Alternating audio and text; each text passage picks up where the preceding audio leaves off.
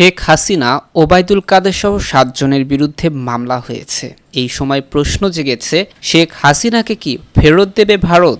প্রিয় দর্শক, আজকের বিস্তারিত সংবাদটি হতে যাচ্ছে এই প্রসঙ্গেই। শেখ হাসিনা, ওবায়দুল কাদের সহ ৭ জনের বিরুদ্ধে মামলার আবেদন। সাবেক প্রধানমন্ত্রী স্বৈরাচার শেখ হাসিনা এবং সাবেক সড়ক পরিবহন ও সেতু মন্ত্রী ওবায়দুল কাদের সহ ৭ জনের বিরুদ্ধে মুদি দোকানদার আবু সায়েদকে হত্যার অভিযোগে মামলার আবেদন করা হয়েছে। মঙ্গলবার ঢাকার মেট্রোপলিটন ম্যাজিস্ট্রেট রাজেশ চৌধুরীর আদালতে এস.এম. আমির হামজা নামে এক ব্যক্তি এই মামলার আবেদন করেন।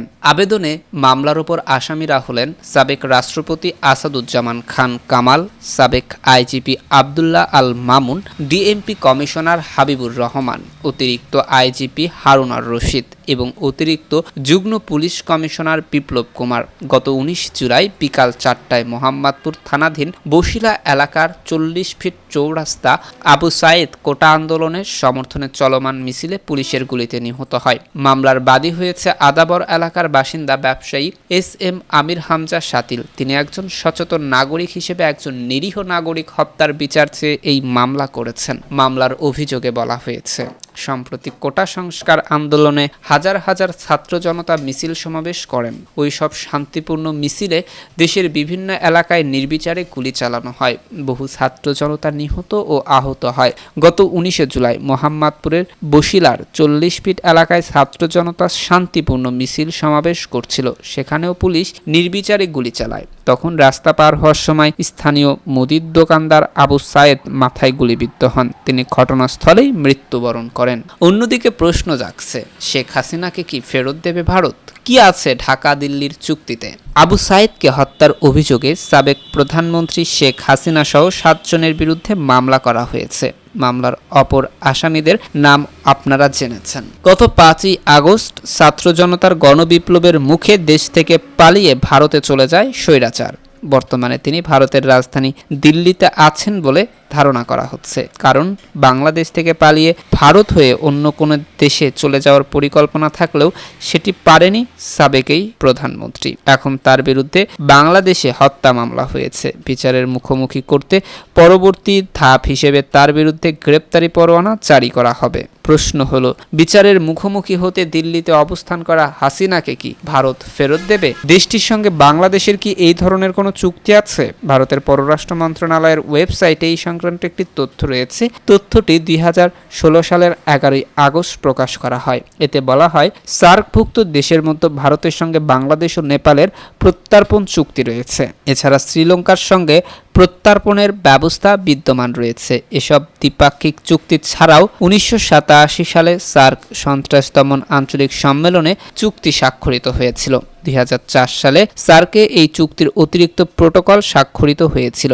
এটির লক্ষ্য ছিল সন্ত্রাস বিরোধী কর্মকাণ্ডে ব্যবহারের জন্য থাকা বিধান, অর্থ সংগ্রহ করার বিষয়টিকে অপরাধ হিসেবে গণ্য করার বিষয়টি শক্তিশালী করা। এই চুক্তির আরও লক্ষ্য ছিল এই ধরনের কর্মকাণ্ড এবং অর্থায়ন প্রতিরোধী আরও ব্যবস্থা গ্রহণ। বাংলাদেশের সঙ্গে প্রত্যাবর্তন চুক্তির ব্যাপারে দেশটির পররাষ্ট্র মন্ত্রণালয়ের ওই তথ্য বলছিল, ২০১৬ সালের ২৮ জুলাই বাংলাদেশ ও ভারত বিদ্যমান প্রত্যর্পণ চুক্তির ধারা ১০(৩) সংশোধনের জন্য একটি চুক্তি করে। ওই চুক্তির লক্ষ্য হলো দুই দেশের পলাতক আসামিদের দ্রুত সময়ের মধ্যে প্রত্যর্পণ করা। এতে আরও বলা হয়েছে, কোনো পলাতক আসামি যেন বিচারের সম্মুখীন হওয়ার আওতার বাইরে না থাকে। সেজন্য ভারত যতগুলো দেশের সঙ্গে সম্ভব ঠিক ততগুলো দেশের সঙ্গেই এই চুক্তি করবে।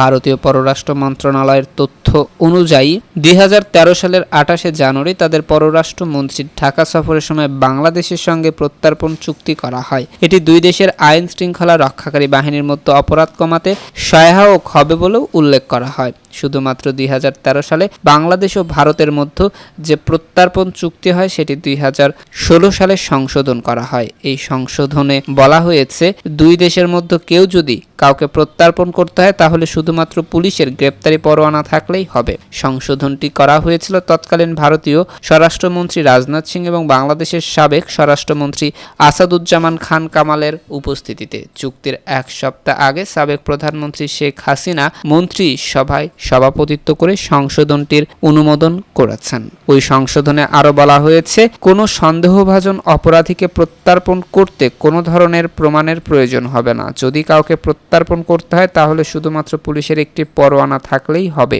2013 সালে যখন চুক্তিটি করা হয় তখন এতে বলা হয়েছিল, কোনো সন্দেহভাজন অপরাধীকে যদি ভারত বাংলাদেশ বিচারের মুখোমুখি করতে হয় তাহলে নির্দিষ্ট অপরাধীর বিরুদ্ধে অপরাধের প্রমাণ থাকতে হবে। মামলার অভিযোগে বলা হয়েছে, সম্প্রতি কোটা সংস্কার আন্দোলনে হাজার হাজার ছাত্র জনতা মিছিল সমাবেশ করে। ওইসব শান্তিপূর্ণ মিছিলে দেশের বিভিন্ন এলাকায় নির্বিচারে গুলি চালানো হয়। বহু ছাত্র জনতা নিহত ও আহত হয়। গত 19 জুলাই মোহাম্মদপুরে বসিলার 40 ফিট এলাকায় ছাত্র জনতা শান্তিপূর্ণ মিছিল সমাবেশ করেছিল। সেখানেও পুলিশ নির্বিচারে গুলি চালায়। রাস্তা পার হওয়ার সময় স্থানীয় মুদি দোকানদার আবু সায়েদ মাথায় গুলিবিদ্ধ হয়ে ঘটনাস্থলে মৃত্যুবরণ করেন। অভিযোগে আরও বলা হয়েছে, নিহত সায়েদকে তার গ্রামের বাড়ি পঞ্চগড়ের বোদায় নতুন বস্তি প্রধান হাটে নিয়ে দাফন করা হয়। তার মা, স্ত্রী, ছেলে সন্তান সেখানেই থাকে। এ কারণে তারা ঢাকায় এসে মামলা করতে অপারগ। এই জন্য বিবেকের তাড়নায় আইনের শাসন প্রতিষ্ঠার জন্য বাদী এই মামলাটির দায়ের করেন। মামলার অভিযোগে বাদী আরও বলেন, সাবেক প্রধানমন্ত্রী শেখ হাসিনা কোটা সংস্কার আন্দোলনে কঠোর হস্তে দমন করার বারবার নির্দেশ দিয়েছে। ওবায়দুল কাদের ও আসাদুজ্জামান খান কামালের নির্দেশে পুলিশের আইজিপি ও ঊর্ধ্বতন কর্মকর্তারা অধীনস্থ পুলিশ সদস্যদের নির্দেশ দিয়ে মিছিলে গুলি চালায়। পরস্পর যোগসাজশে আসামিরা হত্যাকাণ্ড ঘটিয়েছে। কাজেই এর বিচার হওয়া প্রয়োজন।